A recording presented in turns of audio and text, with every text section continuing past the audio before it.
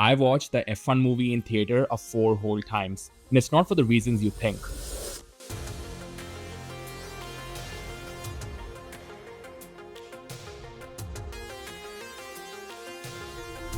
Full disclaimer, I'm not a fan of the sport. I have never watched a full F1 race in its entirety. I didn't even know this movie was coming out until it did, and I went to watch it on a random Tuesday because I had nothing better to do. But those 2.5 hours were literally an experience. An experience so good that time literally flew by and I didn't even know the movie was over. An experience so good that it would possibly shape the next 3 months of my life and possibly even the rest of it. I mean, after watching the movie for the first time, I was like cruising around in my car with the F1 soundtrack on. Hans Zimmer is a goat, by the way. And I'm going to break down the 4 specific strategies that I learned from one character in the movie that completely shifted the way I approach work, focus, and success. And maybe it can do the same for you. So now the burning question is, why would someone who's not a car guy watch this movie 4 different times? Well, it's only because of one guy in the movie, and that guy, you thought with the title, it's Sonny Hayes. Brad Pitt did an amazing job with the character, but this video is not even about Brad Pitt at all. It's about the kind of person Sonny Hayes is and the kind of person he exemplifies. Well, for those of you who haven't watched the movie, here's the plot. Spoilers ahead. A veteran racer who just loves to race and never was, who had his career cut short by a life-threatening injury, is approached by the owner of a struggling F1 team. This team is at the bottom of the points table. It has never even finished a race and is kind of led by a rookie known as Joshua, who is good but is young and arrogant. Sonny's job? Try to steer the ship around, get the team to actually win a few races while getting along with the rest of their teammates, all while having never raced in F1 before, carrying a life-threatening injury. To top it off, if they don't win the race, the owner, which is also his best friend by the way, has to sell the team. Now hearing this, it sounds like a pretty standard underdog story, right? I mean, I wasn't exactly expecting anything new going into this movie, but was I wrong? I want to give you some background as to the kind of mindset I approached this movie with. See, this past year, I've been consuming a lot of content from successful guys like Naval Ravikant and Paul Graham, because me and my co-founder, we were trying to build a startup to actually get into Y Combinator, which is the biggest startup accelerator in the whole world. Spoilers alert, we did not end up making it into YC, but those several months gave me a strong mindset shift, and it also gave me a glimpse into what successful people do differently in order to actually become successful. And now when I watched the F1 movie with this new perspective and I saw Sonny Hayes, aka Brad Pitt, take almost all the same actions I had learned over the previous few months, it kind of connected all the dots in my head. It allowed me to view the movie and the character in a light that I don't even know the director intended. So without further ado, here's what I exactly learned. Number 1, going deep in your field. When Sonny first drives the car, he immediately figures out the exact areas where the car is weak. And he also figures out that no amount of good driving could save the race if the car wasn't changed. Later in the movie, in multiple scenes, we see him reading about aerodynamics, thermodynamics, and physics, basically everything under the sun, to try to understand the principles that actually govern the car. Now, I want you to think about it for just a second because this thing really hit me. He is a racer. He's not an engineer. He's not a designer. So for him, being a good racer should suffice, right? Well, wrong.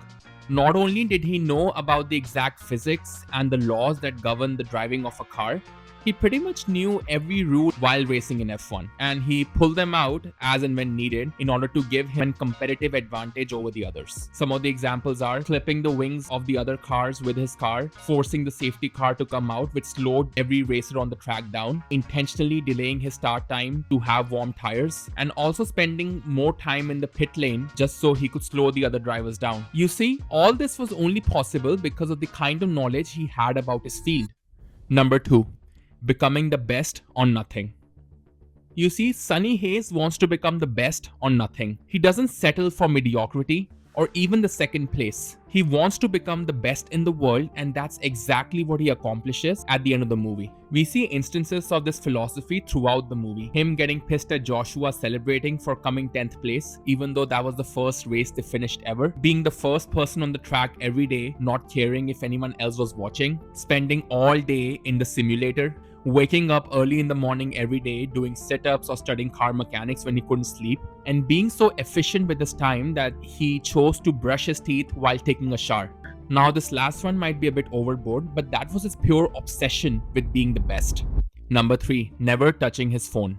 Now, I know movies usually don't show instances of you wasting your time on the phone because they usually have a lot of plot points to cover.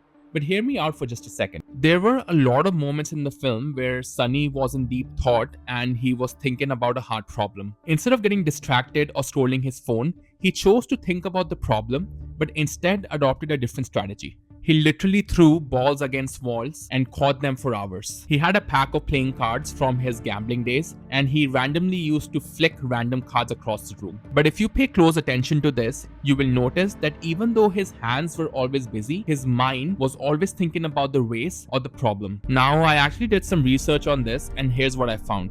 It's actually a proven technique. When you're thinking about a hard problem and you are deep in thought, and suddenly you get an urge to pick up your phone and scroll reels, what you are about to do is the equivalent of throwing a dopamine grenade on your line of thinking. Even scrolling for just a minute on your phone and looking at the reel will break your flow and you have to start all over. Sonny adopted a really smart strategy to overcome this. You see, when you're thinking and you have the craving to scroll, you essentially need an outlet for that pent-up nervous energy in you that you have accumulated by thinking about the hard problem. So basically, you want to be able to continue to think while getting rid of this extra nervous energy. So a cheat code for this is that if you do something low effort, like throwing a ball on the wall or maybe like fidgeting with your pen, you basically give an outlet to this pent-up nervous energy while still allowing your mind to think about the hard problem. And that's exactly what Sonny Hayes did.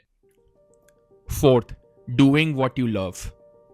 There's an underlying thread that ties everything that I said above together, and that's exactly why I kept this point for the last. Sonny Hayes loves racing. He loves it so much that he's willing to die on the track, even if it means that racing is the last thing that he'll ever do. He says multiple times during the movie, it's not about the money, and he means it. He would do it for free if he could. You see, this is the only thing he ever knew, and this is the only thing he ever wanted to do. So for him, each of the above points, like going deep into his field, becoming the best in the world, and not getting distracted, they weren't compulsions. He wanted to do it. It was fun for him. This also ties into what Naval Ravikant talks about in his book about finding what you love. He said to find something you're naturally good at and something that you love because you'll literally be better at it than everyone else, because working hard for you in that field would be fun, whereas for everyone else it would just be hard work. I'll repeat what I said. If you find something that you love, working hard in that field would be fun for you, whereas for everyone else it would just be classified as work. So you literally outwork and outcompete them while still having fun. Now, this is something that I'm still trying to figure out for myself, whether I actually love the work that I do and whether I like something else. But this is the most profound point of all amongst the other 3 that I've talked about. Because once you find out what you actually like doing,